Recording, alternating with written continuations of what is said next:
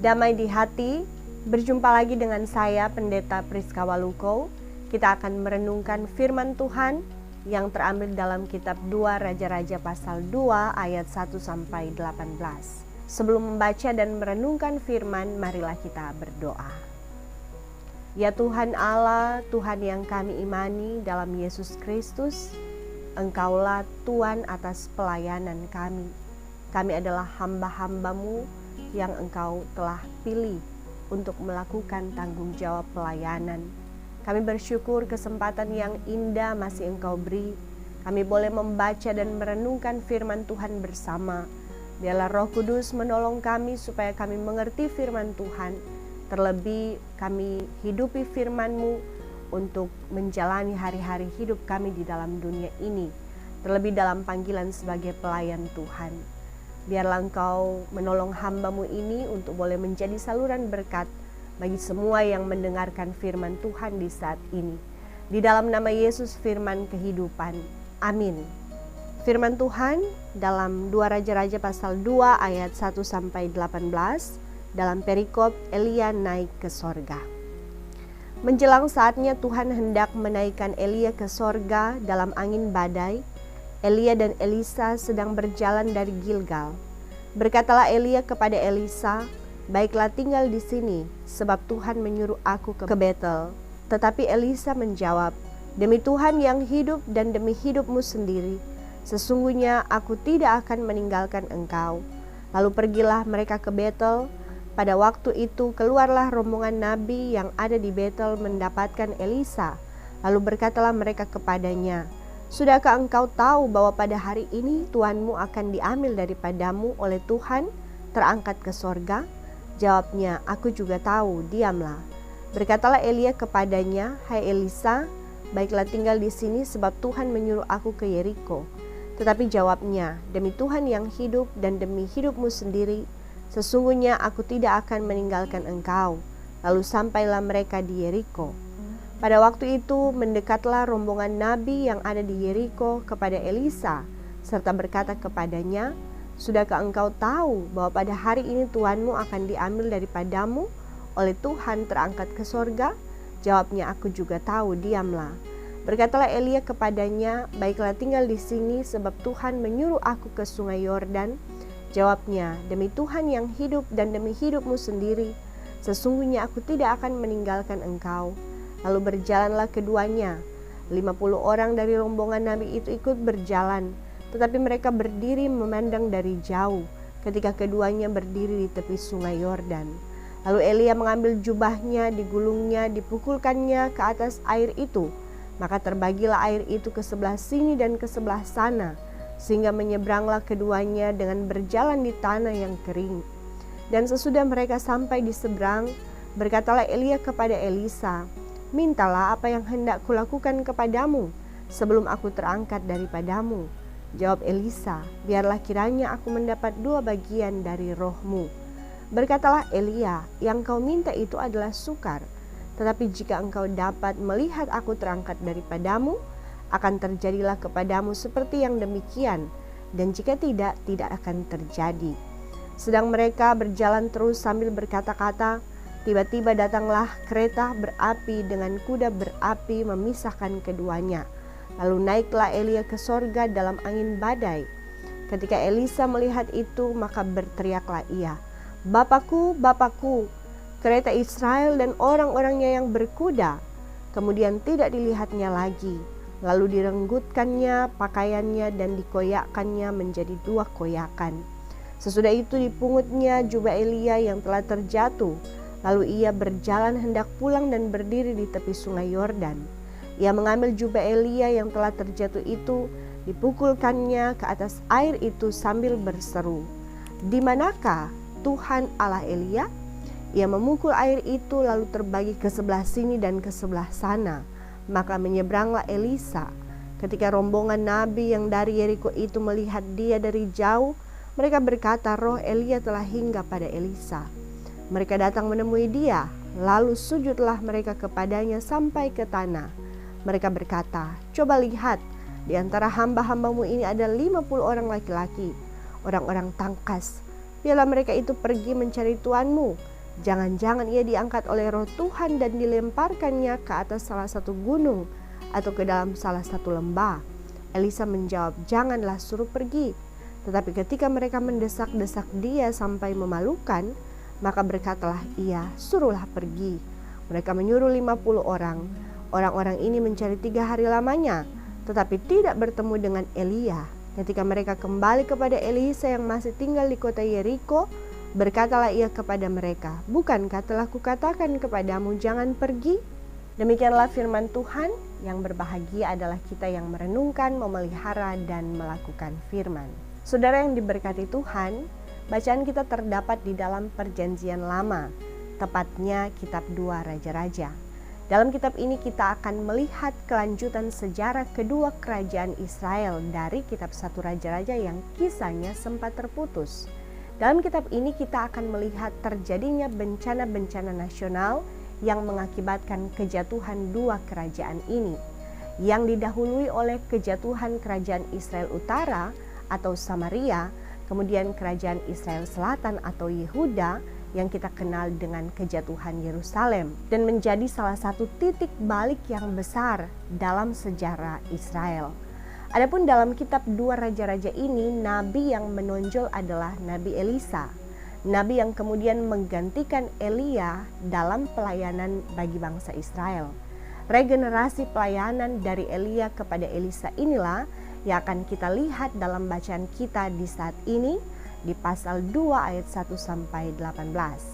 Bacaan ini berisi tentang kisah Nabi Elia meninggalkan dunia ini. Menariknya, cara Elia meninggalkan dunia ini tidak seperti manusia pada umumnya, yakni lewat kematian. Karena Elia tidak mengalami kematian, melainkan ia dinaikkan oleh Tuhan ke sorga menggunakan kereta dan kuda berapi dalam angin badai. Naiknya Elia ke sorga disaksikan oleh pelayan pilihannya, yakni Elisa. Dan sebelum peristiwa ajaib itu, Elia dan Elisa sedang berjalan dari Gilgal. Selanjutnya Tuhan menyuruh Elia pergi ke Betel, kemudian ke Yeriko, dan perjalanan itu berakhir di Sungai Yordan, tempat terjadinya peristiwa perpisahan Elia dengan Elisa oleh kereta berapi dan kuda berapi. Elia sampai 3 kali menyuruh Elisa untuk tinggal atau jangan menyertai dia. Di sini kita melihat ada kerendahan hati dari Elia yang tidak ingin pemuliaannya dilihat oleh Elisa kecuali Tuhan mengizinkan. Dan ternyata Tuhan mengizinkan Elisa menyaksikan peristiwa mulia tersebut. Kita pun melihat bahwa 3 kali juga Elisa menolak dengan berkata, demi Tuhan yang hidup dan demi hidupmu sendiri, sesungguhnya aku tidak akan meninggalkan engkau. Di sini kita melihat bahwa Elisa menyadari bahwa ini adalah saat terakhir ia bersama tuannya, sehingga ia pun tidak menyia-nyiakan waktu dan menolak untuk ditinggalkan tuannya. Masih di bagian ini kita pun mendapati adanya rombongan nabi di Betel dan Yeriko yang juga telah mengetahui bahwa Elia akan terangkat ke sorga. Dalam hal ini sebagai nabi, mereka pun tentu telah diperlihatkan Tuhan bahwa Elia akan terangkat ke sorga pada hari itu. Meski tidak dengan jelas Tuhan tunjukkan dengan cara apa Tuhan akan mengangkat Elia ke sorga. Karena ketika Elia telah terangkat, rombongan nabi itu menawarkan diri kepada Elisa untuk mencari Elia dengan mengandalkan kemampuan fisik sebagai laki-laki yang tangkas dan berjumlah 50 orang. Tetapi jumlah yang banyak dan kekuatan mereka tidak membuahkan hasil. Bahkan mereka mencari sampai 3 hari lamanya, tetapi Elia tidak bisa mereka temukan. Hanya Elisa yang diizinkan Tuhan menyaksikan peristiwa ajaib terangkatnya Elia dengan kereta dan kuda berapi dalam angin badai itu. Sebagai pelayan yang setia kepada tuannya, kita mendapati apa yang Elisa terima sebelum Elia naik ke sorga. Elisa diberi kesempatan oleh Elia untuk meminta kepadanya.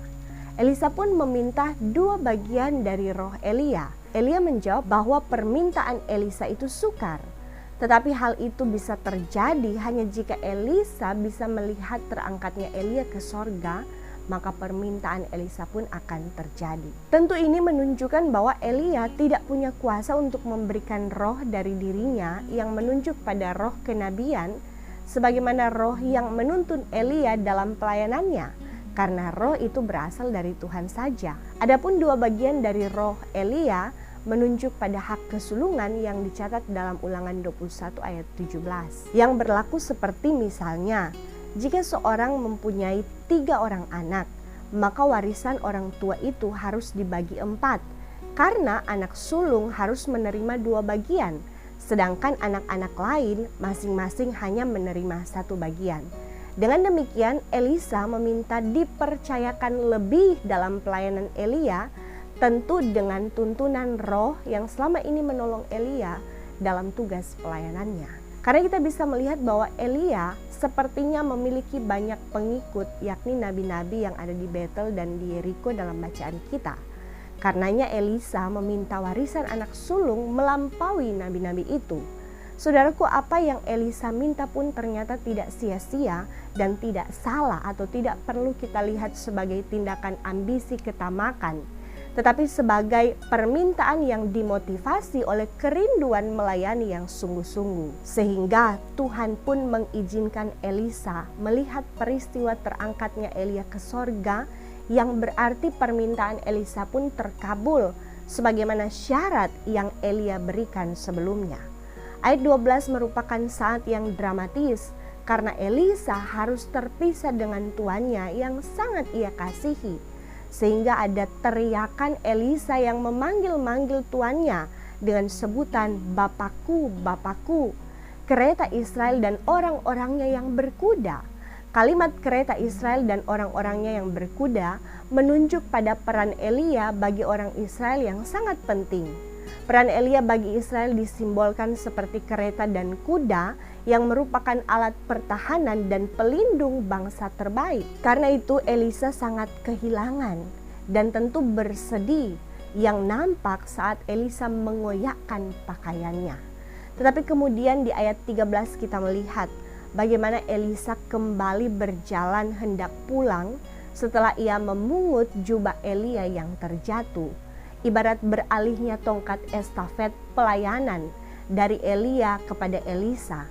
Demikian kendati sempat bersedih terpisahnya Elisa dengan sang tuan, tetapi dengan jubah Elia di tangannya, Elisa segera kembali melanjutkan hidup dan pelayanan Elia yang harus ia lanjutkan.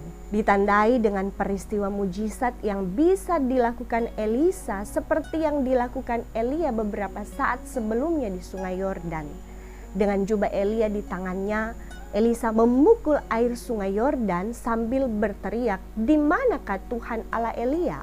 Kemudian air itu terbelah 2 dan Elisa menyeberanginya. Hal ini disaksikan oleh rombongan nabi yang ada di situ. Mereka pun berkata bahwa roh Elia telah hinggap pada Elisa. Kemudian mereka sujud kepada Elisa sampai ke tanah.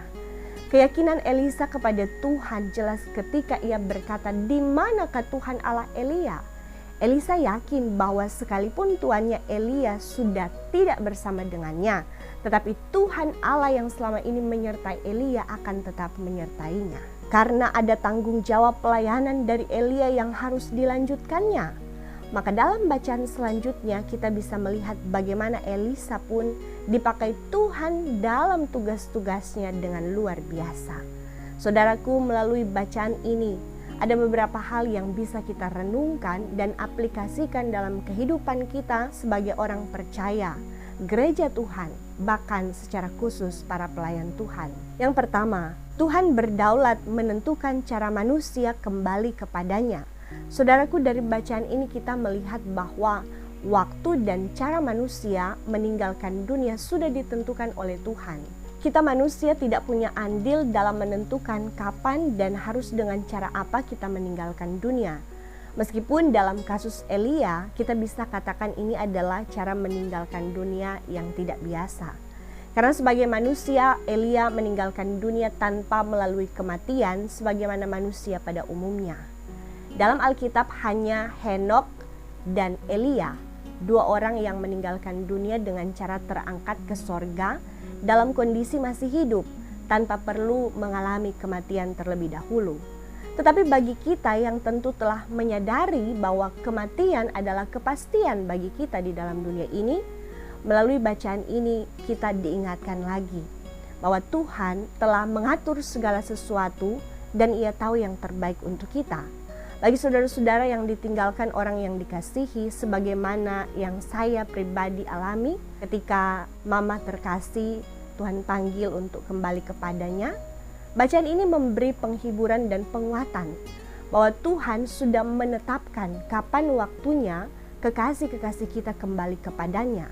Dan bahkan cara meninggalnya pun telah Tuhan tetapkan. Entah masih bayi, anak-anak, remaja, pemuda, dalam usia produktif ataupun sudah lanjut usia, caranya pun tetap dalam kendali Tuhan.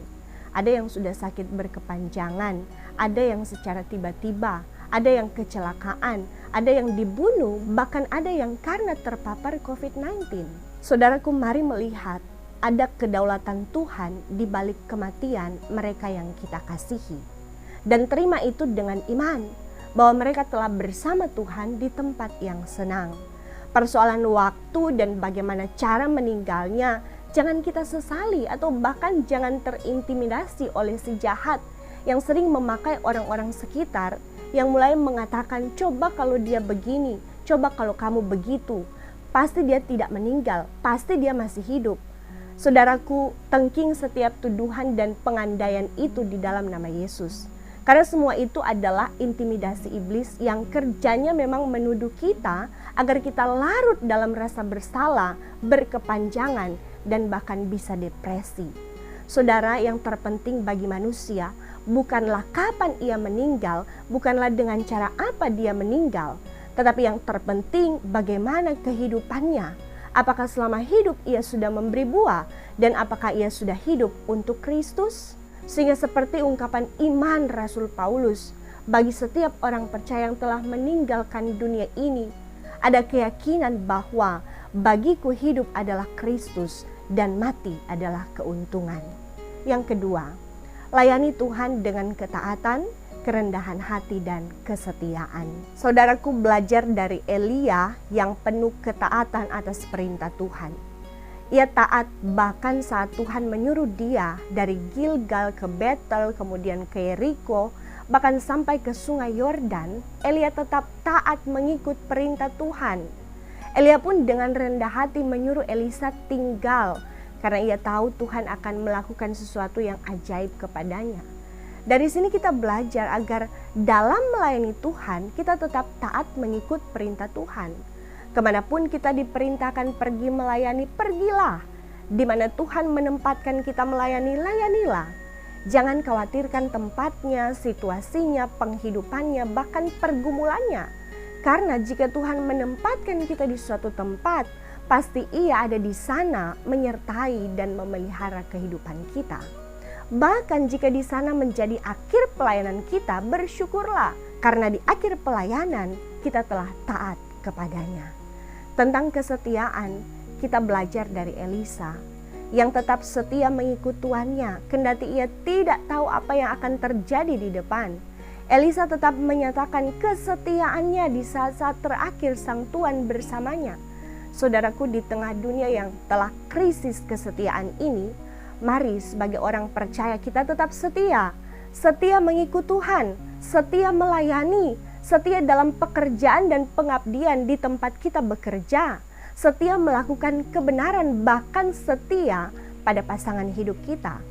Ingat saudara, bahwa Tuhan akan berlaku setia terhadap orang yang setia. Yang ketiga, berani meminta karena motivasi yang benar. Saudaraku, dalam bacaan ini kita mendapati bagaimana Elisa dengan berani meminta permintaan yang sukar bagi Elia. Karena Elisa meminta dua bagian dari roh Elia yang menunjuk pada roh atau karakter Elia dalam melayani Tuhan. Elia yang memiliki roh kesetiaan terhadap tanggung jawab, roh keberanian, mencela dosa bahkan dosa para raja. Tetapi juga Elia yang memiliki roh kelemah lembutan dan kasih. Karakter Elia yang penuh roh inilah yang diminta oleh Elisa agar ia bisa melanjutkan pelayanan Elia dengan baik. Saudaraku, bagaimana dengan kita? Entah kita jemaat, apalagi sebagai pelayan khusus. Apakah dalam melayani kita sudah menampakkan roh kesetiaan, kasih, dan kelemah lembutan? Atau saat berhadapan dengan bahaya jika kita berkata yang benar? Jika berhadapan dengan orang-orang besar yang melakukan kejahatan, kita bisa dengan berani menegur mereka? Menyatakan kesalahan orang tanpa takut dibenci atau dianiaya? Saudaraku, melalui bacaan ini kita diingatkan bahwa jika kita diberi tanggung jawab, apalagi tanggung jawab melayani, mari minta Tuhan berikan Roh Kudus yang akan selalu menuntun kita dalam segala situasi, entah itu suka duka, aman atau bahkan bahaya sekalipun. Jika kita harus menyuarakan suara kenabian, jangan takut menyatakan kebenaran. Karena jika pesuruh raja saja dengan penuh keberanian dan pasti dilindungi saat ia membawa tita raja, apalagi kita pesuruh Tuhan, raja di atas segala raja. Jangan takut dalam membawa perintah Tuhan melalui firman-Nya, melalui aturan-aturan gerejanya. Semua itu adalah mandat Tuhan untuk kita sampaikan dan lakukan, dan pasti sebagai pelayan Tuhan, kita dijaga dan dilindungi Tuhan dalam tugas-tugas kita. Belajar dari Elisa yang penuh keberanian meminta agar 2 bagian roh Elia diberikan kepadanya. Elisa meminta dengan motivasi yang benar, yakni untuk melanjutkan pelayanan Elia. Saudaraku, dalam Matius 7 ayat 7 firman Tuhan tertulis, "Mintalah, maka kamu akan diberikan. Carilah, maka kamu akan mendapat.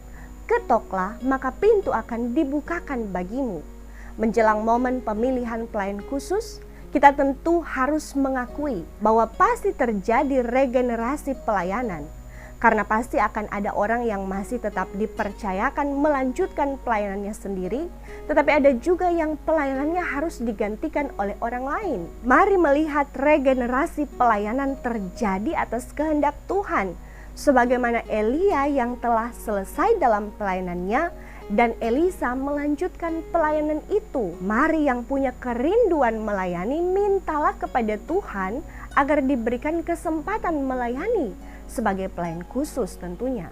Sebagaimana yang dilakukan Elisa, meminta menjadi pelayan tentu bukan hal yang memalukannya saudara, tetapi justru hal yang baik karena ada kerinduan dan kesadaran untuk memakai hidupnya bagi kemuliaan Tuhan.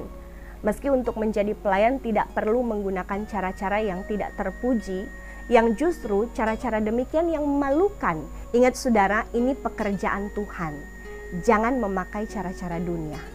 Tetapi selama kita bergumul bersama Tuhan, meminta dipercayakan pelayanan, karena motivasi kita adalah untuk memuliakan Tuhan, percayalah, Tuhan tidak pernah gagal memilih hamba-hambanya yang sungguh-sungguh setia melayani. Jangan sebaliknya saudara, di mulut menyatakan tidak mau jadi pelayan, tetapi dalam hati ingin terpilih. Sehingga saat tidak terpilih, mulai meninggalkan persekutuan karena tidak terima kenyataan. Saudaraku, mari beri dirimu dipakai Tuhan bagi kemuliaannya melalui pelayanan gereja. Tetapi perlu diingatkan bahwa memuliakan Tuhan, melayani Tuhan tidak harus menjadi pelayan khusus. Karena pada hakikatnya semua orang percaya adalah pelayan Tuhan. Maka layanilah Tuhan melalui hidup kita dimanapun kita berada, agar Tuhan Yesus dimuliakan dalam kehidupanmu. Tuhan memberkati kita semua, maka terimalah berkat Tuhan. Tuhan akan menjaga keluar masukmu dari sekarang dan sampai selama-lamanya. Amin. Sampai jumpa saudara.